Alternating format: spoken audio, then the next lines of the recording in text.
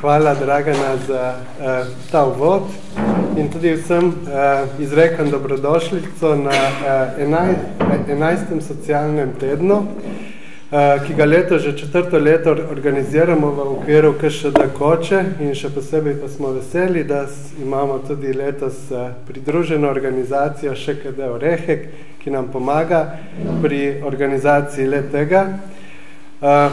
In letos smo del več kot 30 dogodkov po celotni Sloveniji, ki se bodo odvijali še v naslednjem tednu. Več o vseh teh dogodkih pa si lahko gledate na spletni strani socialnega tedna. Naslov letošnjega socialnega tedna je Kdo sem, kdo smo? Človeštvo se o tem sprašuje že odkar obstaja človek. Od teh dveh vprašanjih se skriva iskanje smisla, obstoja in delovanja. Prej smo odkrivali, od kje izviramo in komu pripadamo, sedaj bomo pa slišali pot odkrivanja in iskanja samega sebe, iskanja odgovora, kdo sem. Z nami sta Mira in Maksimilijan Lenarčič, Jakobova popotnika, ki sta prehodila, ravno prej smo se pogovarjali, jaz sem napisal 1500 km, ampak ne drži, ker sta jih že preko 2000 naredila v vseh teh letih. Kako pa je sploh zorela vajna odločitev za hojo ravno po Jakobovih poteh?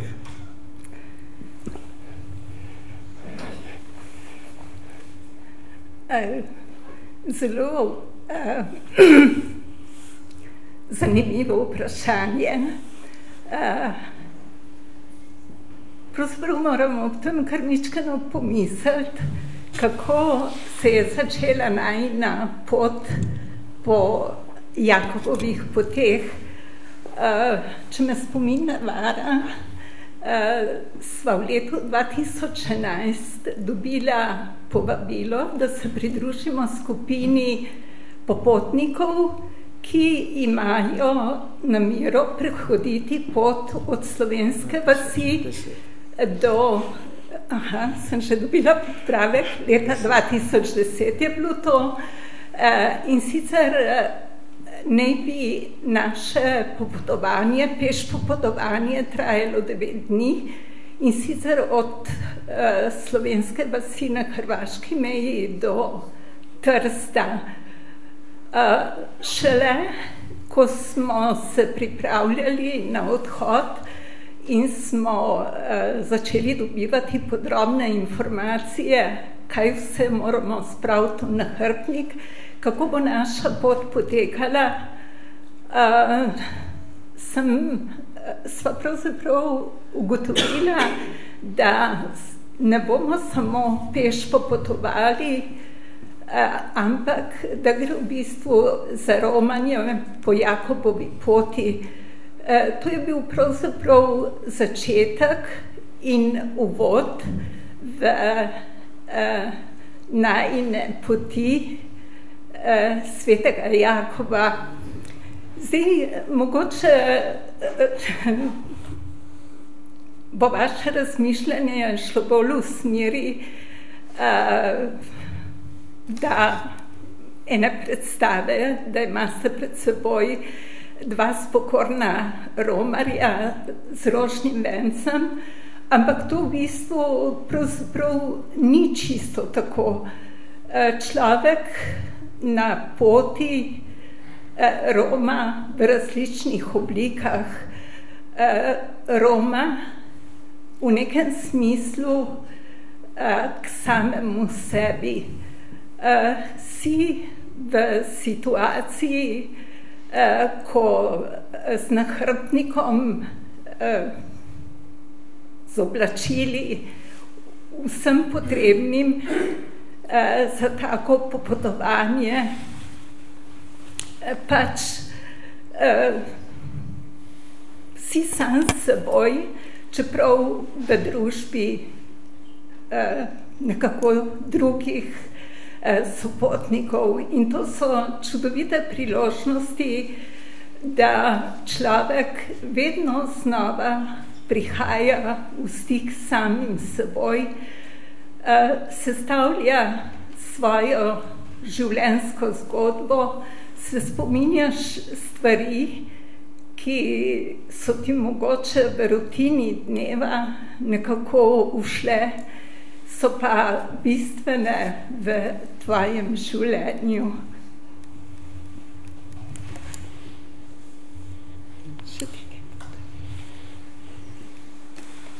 Ja, vsaka pot, ki jo človek prehodi, je tudi na nek način molitev. Moliš lahko tako, da izgovarjaš besede, lahko pa tudi tako, da hodiš. Ko smo bili pred kratkim v Fatimi, smo videli ogromno ljudi, ki se tam zbirajo in nekateri se tja pripeljejo, ampak gredo potem po kolenih do svetišča. To je tudi posebna molitev.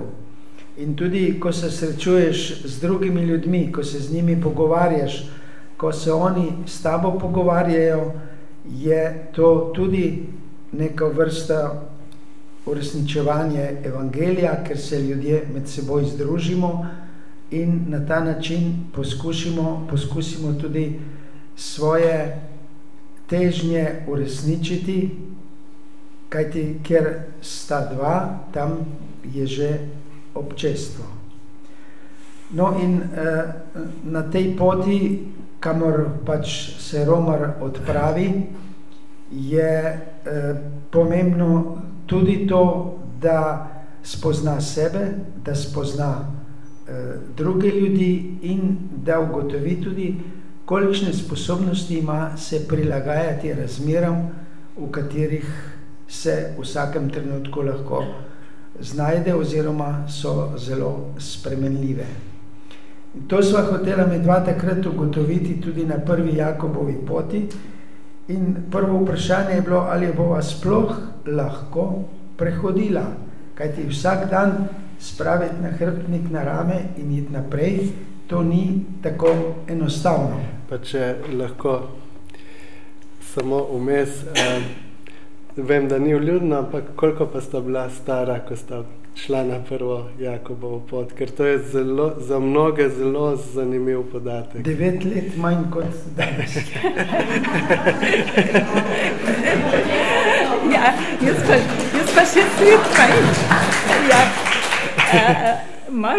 Moja starost je bila pa takrat 6 let manj kot danes. To pomeni, da sem bila takrat stara. Sem se zmotila v številki. 63 let sem bila stara. No, Max pa 66 ga bom jaz izdala. 65 sem bil takrat stara. No, ampak to ni, ne vem, kakšna starost. Ogromno starih ljudi hodi po svetu. V tej naši skupini na Jakobovi poti je gospa Marija, koliko je ona? 83 let je stara gospa. 83 let, vse si pripravi sama, vse poti zmore, vse prefotografira, si evidentira tudi na računalnik, se vozi s kolesom po Ljubljani, to je prav nek poseben fenomen. In z veliko takih ljudi je še po svetu, ki konkurirajo dosti mlajšim, ker se nekateri sploh ne upajo podati na pot. Morda bi jo zmogli, ampak če jo ne poskusijo, tudi ne vejo, da jo zmorejo in se zato tudi potem odmikajo takim zadevam. Kaj pa je formula za prehoditi Jakobovo pot? Vztrajnost, pa cilj. Ja. No, mogoče je skrivnost te poti to, da pot naj bi bila cilj in cilj je vedno pot. Vztrajnost, pogum, ker mislim, tako zelo enostavno je pravzaprav funkcionirati v okolju, ki ga poznaš, kjer se počutiš varen. Ko pa prideš v eno neznano okolje In Jakobova pot je en vsakodnevni izziv, ali pa mogoče vsak trenutek ti prinaša nekaj novega, na kar mogoče nisi pripravljen in moraš na nek način odreagirati. Tako da tudi to predstavlja eno obliko preizkušanja lastnih sposobnosti, kakšna je tvoja zmogljivost prilagajanja, ker problem ni samo nova situacija v tem, da se znajdeš v prenočišču, tako imenovanem albergu, kjer te čaka ležišče, jogi na tleh, mogoče včasih tudi ni najbolj higienski prostor, veliko število ljudi. Na prvi poti se nam je zgodilo, da je bilo v sobi preko 80 ljudi in na vse te situacije se moraš nekako naučiti in jih sprejemati, ne. S tem testiraš tudi v nekem smislu lastno tolerantnost do drugih ljudi, tudi različni običaji, ker na teh poteh se zbirajo ljudje praktično iz celega sveta, ne. Tu niso samo medgeneracijske razlike med ljudmi, mladi, srednja generacija, starejši, ampak so ljudje iz različnih kulturnih okolij, so verujoči, neverujoči, pripadniki takih vir, drugačnih, ampak tako obstaja ena naravnanost splošna, da so nasploh ljudje zelo tolerantni in da praktično nismo doživeli kakšnih takih ekscesov, ker že v samem pristopu, če se človek odloči iti na tako pot, potem verjetno nosi v sebi tudi ene lastnosti, ki jih mogoče niti sam ne prepoznava, da zmore sprejemati drugačnost. Večkrat sta mi pripovedovala, da pač vidva sta prvo pot, če se ne motim, v 24 dneh prehodila 800 kilometrov.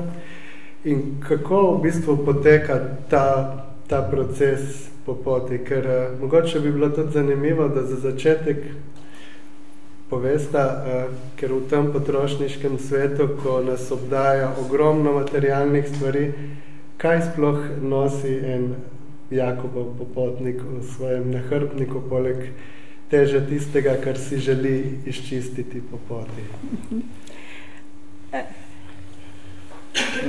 Najprej mogoče to, kada je bil sveti Jakob. On je bil apostol, bratranec od Jezusa Kristusa, to se pravi sin od Marijine sestre. V tej druščini apostolu je bil pa tudi še njegov brat Janez, evangelist, in oba skupaj sta bila v tej skupini.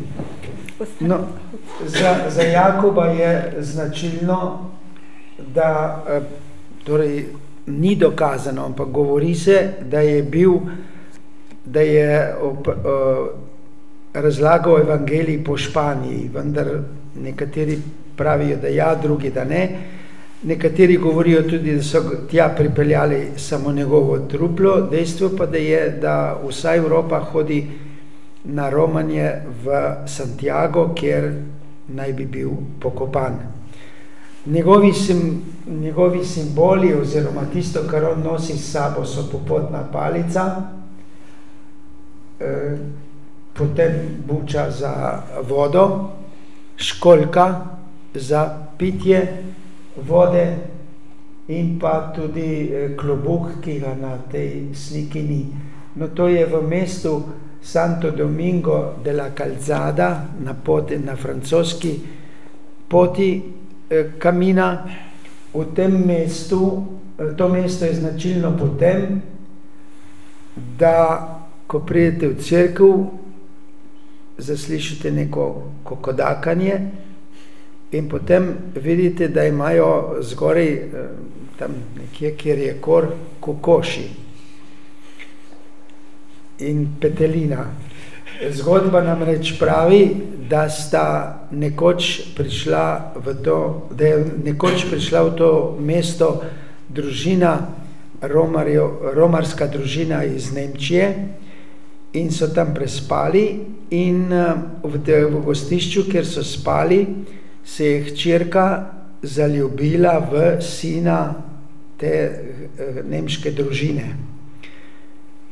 In drugi dan, ko so se odpravljali ti Romari iz Nemčije naprej, je hčerka naredila vik in krik, da ji je nekdo ukradel neko dragoceno posodo. Ko so pregledali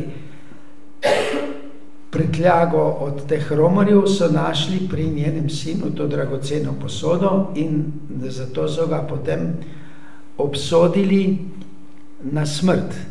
Hčerka se je maščevala sinu to na ta način, ker je ni hotel sprejeti, zaljubila se je namreč vanj, ker ni hotel sprejeti, da bi ostal v tem mestu, mu je to naredila. In ko so potem izvršili smrtno obsodbo, je mati prišla k cerkvenemu veljaku, je bil škof ali nekaj takega, in mu je izrazila željo, da bi rada videla še enkrat vsaj truplo svojega sina.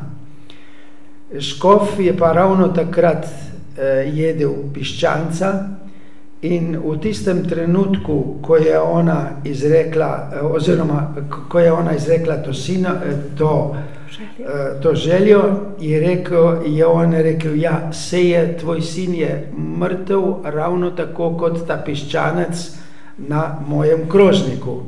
In v tistem trenutku, ko je on to izrekel, je piščanec z krožnika zletel in je bil dokaz, da je sin še živ. In resnično je bil potem sin tudi še živ. No, zanimivo je, da ta zgodba je prikazana v Sloveniji, v Hajdini, v cerkvi. Je ta freska narisana, vendar je v tako slabem stanju, da se komaj še kaj od nje pozna. Kot neko znamenitost tega mesta in tudi kot znamenitost Portugalske in Španije so pa tudi še ti petelini, ki jih potem v različnih oblikah prodajajo kot spominke. V tej cerkvi pa imajo v spomin na ta dogodek te kokoši, ki jih v sosednji stavbi čez cesto, ker jih redijo in jih potem vsakih nekaj dni zamenjajo, da je ta jata sveža. No, to, kar se tiče Jakoba.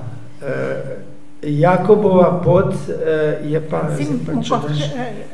Vprašanje se je glasilo tudi, kaj pa sodobni romar oziroma popotnik.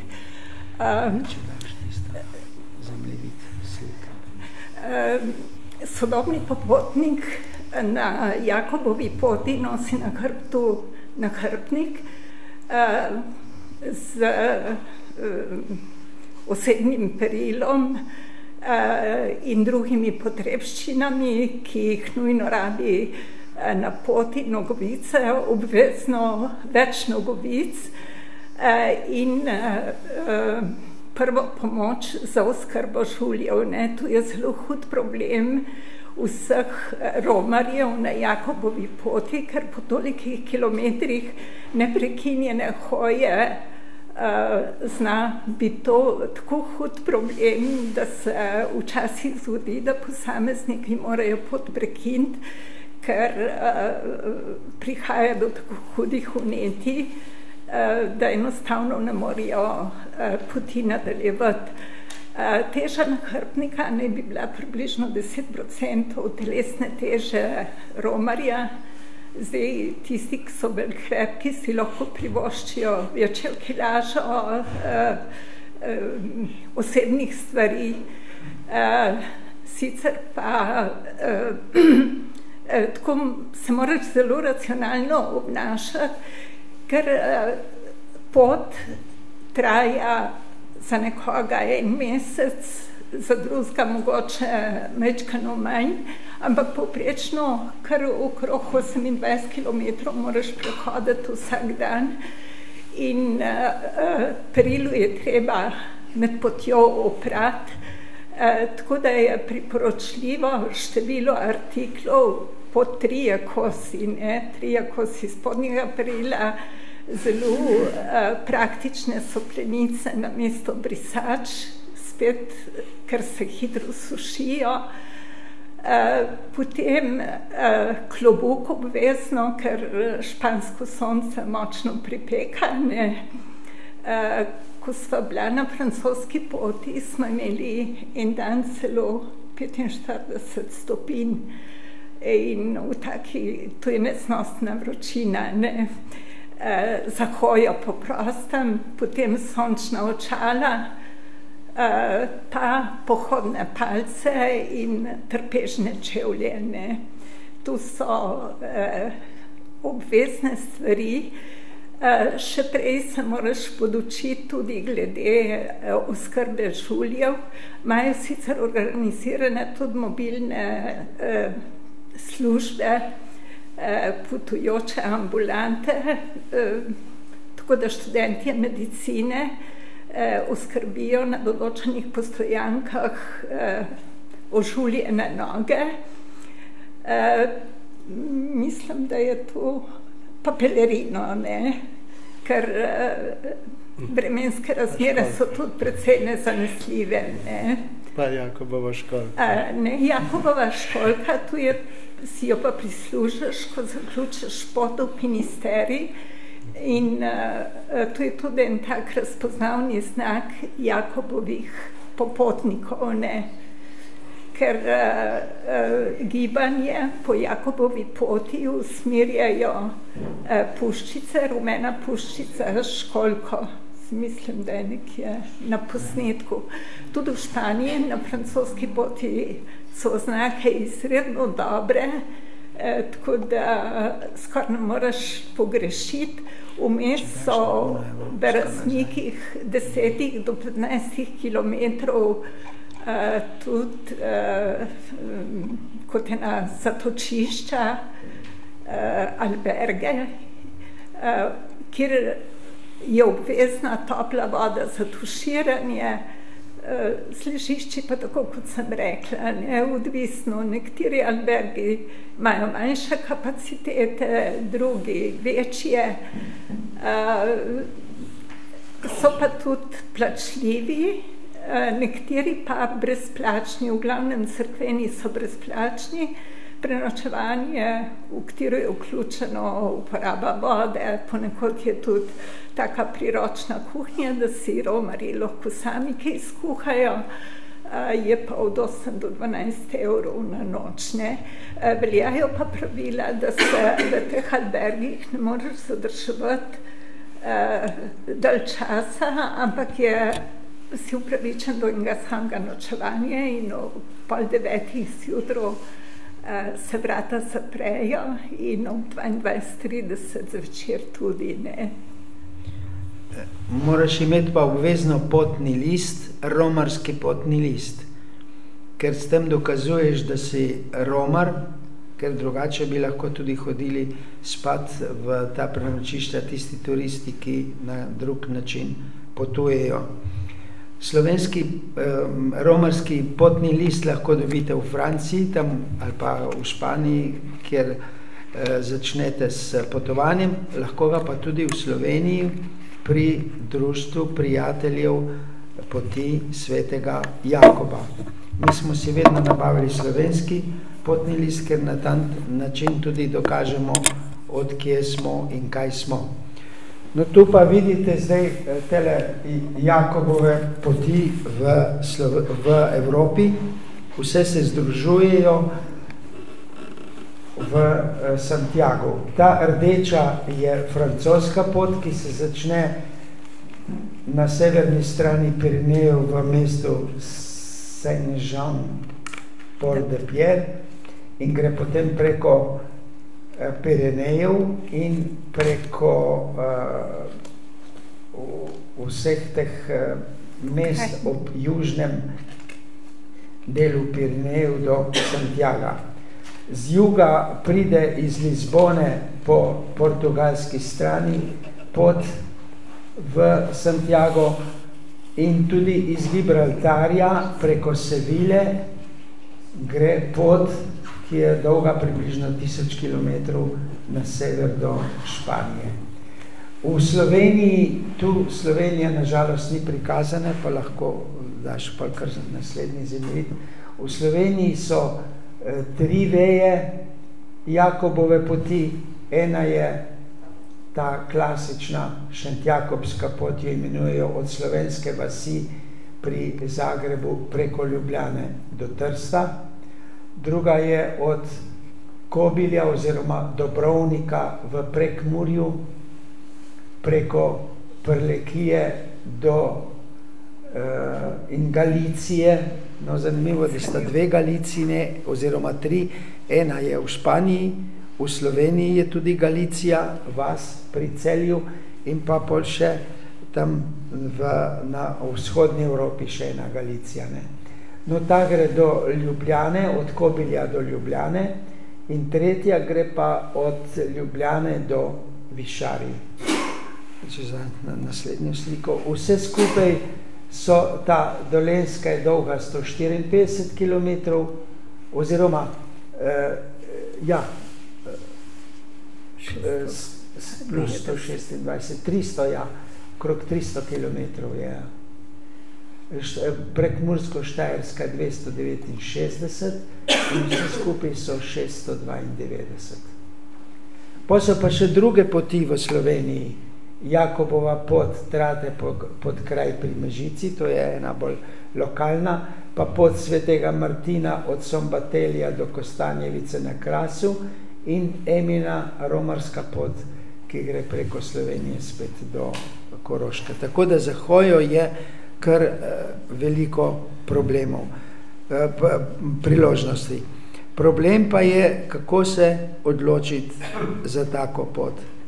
Meni je bila pot, ta odločitev sorazmerno enostavno, ker je Mira rekla, da bomo šli, in torej ona odločila, je dala pobudo, za kar si mi še zdaj hvaležen, in smo tudi šli potem.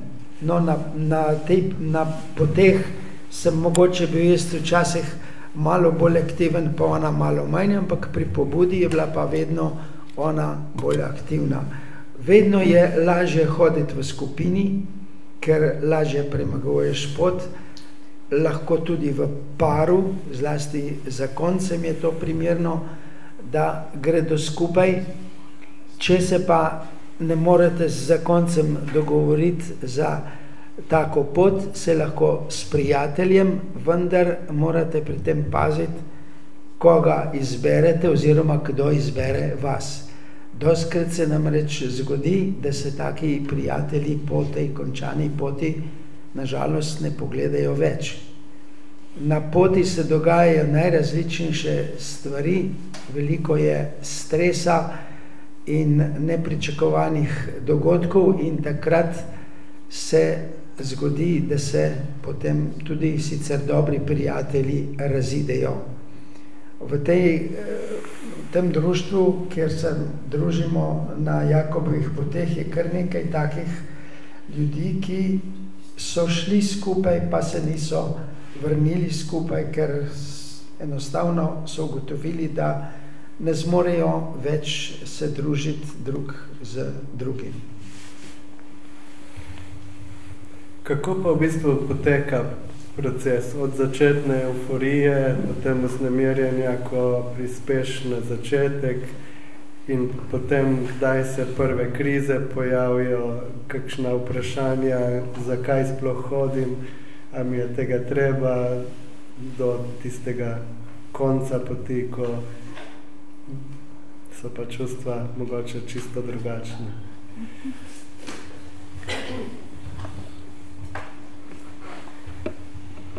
No, moja osebna izkušnja je taka, da pravzaprav kakšnih izrazitih kriz med potjo ni bilo. Če so se pa najavljale, sem se ozrla samo okrog in ko zagledaš ljudi, ki skrajnim naporom se premikajo, potem sploh ni vprašanje kakršnega koli pomisleka, da sama ne bi zmogla te poti. Tako, včasih je bilo pretresljivo. Spomnim se na francoski poti, starejša zakonca sta bila, gospod je bil nevideč, žena je bila njegova vodnica in se je ves čas poti držal za njeno ramo in sta se počasi premikala. Mislim, da smo jih enih dvakrat srečali, ampak predstavljajte si, s kakšnim naporom, s kakšno vztrajnostjo sta premagovala pot, ampak na konci sta jo zmogla. To izkušnjo prinaša tudi moja kolegica iz Idrije, ki je popolnoma nevideča in je tudi pred parimi leti v družbi s prijateljico in kolegico prehodila celo pot, brez problemov. Če si fizično in toliko zdrav, potem tu sploh ni vprašanje. A potem je bolj pomembna vztrajnost kot pa fizična pripravljenost? Jaz mislim, da poudarjam iz moje osebne izkušnje, je predvsem pomembno vztrajanje in želja priti do zastavljenega cilja. Ker vse nasploh v življenju je tako, vedno si zastavljamo neke cilje, si v mislih tudi zastavimo način, kako bomo dosegli ta cilj, ampak na koliko ovir človek naleti. Če odstopiš, ne boš nikoli dosegel zastavljenega cilja. Če iščeš rešitev in vztrajaš, mogoče prvič ne, pa moraš 3-krat poskusiti ali pa celo večkrat, da ti končno uspe, ampak premagati to in prideti do konca, tu je velika potrditev samega sebe. In tu človeku da tudi pogum, da a veste, včasih jaz osebno se velikrat zalotim v situaciji, ker razmišljam, si končno od nahrbnika, ki sem ga izredno težko nosila, Španci imajo fin izraz za nahrbnik, to je močilost,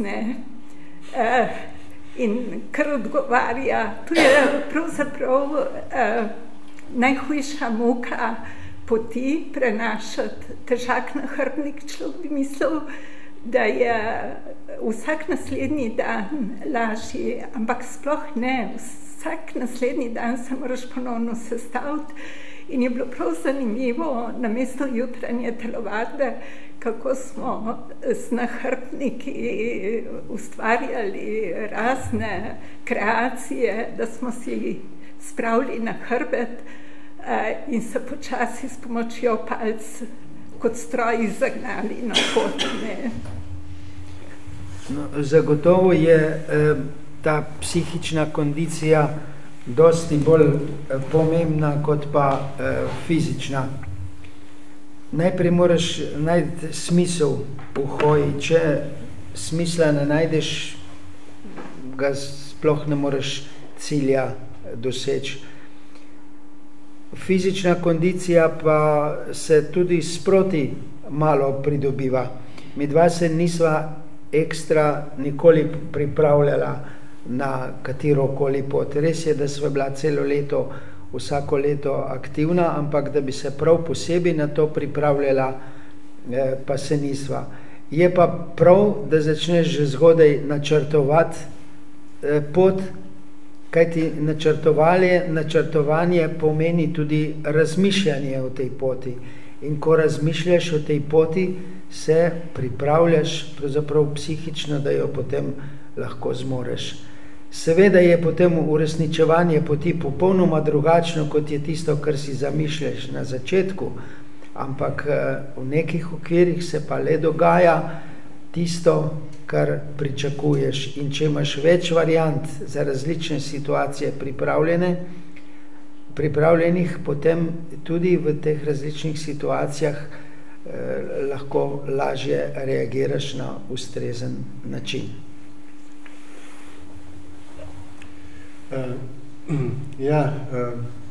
Ena multinacionalka v Sloveniji ima slogan pot, postanek je pomembnejši od poti. Ali bi tudi vidva rekla, da so bili ti postanki na teh poteh bolj pomembni kot sama pot, ali je bolj pomembna sama pot, ki ste jo hodila? Postanki na poti so pravzaprav najbolj prijetna zadeva. Recimo v Španiji je problem v tem, da pa na Portugalskem tudi je ura zamaknjena za eno uro pozneje, kot je pri nas. In zjutraj, ko vstaneš, ob 6 začnejo zdaj vstajati, je še vse tema in se kar naenkrat vsi izgubijo. Gredo na pot, še v temi. Ampak zjutraj so vsi lokali zaprti. Tam začnejo odpirati lokale, recimo še ob 9, 10. In to pa pomeni, da takrat dobiš tudi prvo kavico. In si jo tudi krepko zaslužiš, ker imaš za sabo že tam 5 do 10 kilometrov. In ti postanki so potem druženje najprej z osebjem, ki kuha kavo, potem s popotniki, ki prihajajo mimo in tudi povedo različne informacije in nova stanja, ki se po poti dogajajo, in pa tudi z ostalimi domačini, ki se združujejo v teh lokalih. Mi smo zdaj hodili v glavnem po takih vaseh prejšnji teden, ko so čist odmaknjene in zelo majhne, mogoče imajo 100-200 ljudi in tudi nimajo nekih pravih lokalov, ampak so neke trgovinice in kar na ulici spredi ali po kakšnem kotu mize in tam ti postrežijo z velikim nasmehom in z dobro voljo natakarji vse tisto, kar si želiš. Najbolj smo si želeli vedno kave in pa piva. Piva zato, ker smo bili zelo žejni, bila je kar visoka temperatura prejšnji teden tam. Pri večerji smo si pa vedno privoščili tudi vino tinto. Na francoski poti, kjer imajo romarske menije, ti kar dajo, mi smo bili takrat 4 skupaj, smo dobili vedno najmanj pol litra vina, že vračunanega v ceno menija. In to je bilo tako okusno, dobro, ponavadi vedno vino tinto, črno, in je neverjetno šlo zraven te prehrane. Na polovici dneva, ko smo se ustavili, pa kavo in pivo. To je res poslastica za cel dan. No, jaz mislim, tudi ta izkušnja, da na tej poti ni nič podarjenega, vse je zasluženo. Zaslužiti si moraš kavo z zgodnjim vstajanjem in dolgo potjo. Zaslužiti si moraš tudi senco. Spominjam se poti po Španiji, ko smo ure in ure hodili, pa nikjer nobene sence in potem zagledaš v daljavi eno tako neznatno drevesce, ki ponudi senco komi enimi človeki. Ampak kakšna čustva vzbudijo te stvari v človeku, eno neizmerno hvaležnost in eno veliko mero ponižnosti tudi.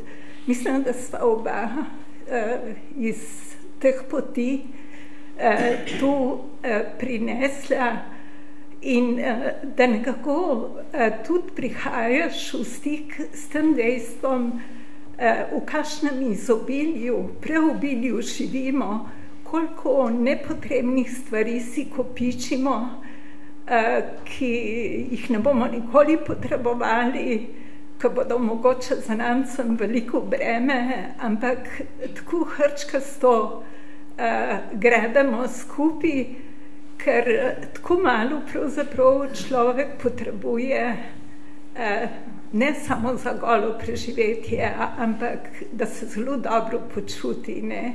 Ni potrebno, včasih smo se tako nasmejali med potjo, naše omare so bili naši nahrbtniki, ne? Če pomislim, koliko omar je v hiši polnih različne garderobe, potrebne in nepotrebne, ampak vse se je išlo. Ne? Na tele fotografiji se vidi Snežnik z vrh Trebnja, to je vasica nad Trebnjem. Je precej visoko postavljena in tisto jutro, ko smo se odpravljali naprej, je bil prav lep pogled na Snežnik z vzhodne oziroma severovzhodne strani. Kakšen je pa vajin pogled oziroma v enem stavku pogled na Jakobovo pot, če bi jo morala opisati?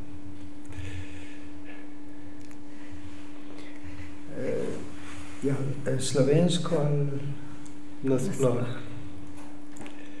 Ja, Jakobova pot je nekaj posebnega, to je prvo.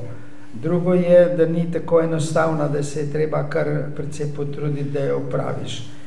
Če bi pa glede lepote zbirali, katera je najlepša, se mi zdi pa, da je najlepša slovenska, hkrati pa tudi kar precej težka, ker je konfiguracija terena zelo različna, ker so prenočišča zelo oddaljena eno od drugega in moraš dolgo in naporno pot opraviti, da prideš iz enega prenočišča do drugega.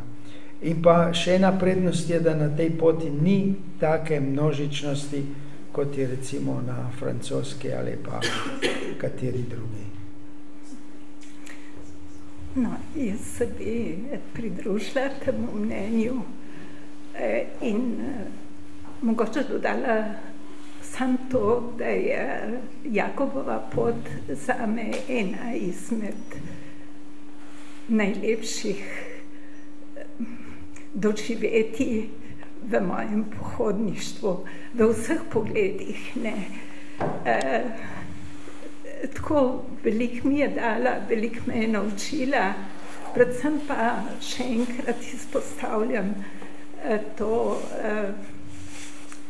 ponižnost in hvaležnost, da mi je bilo to omogočeno.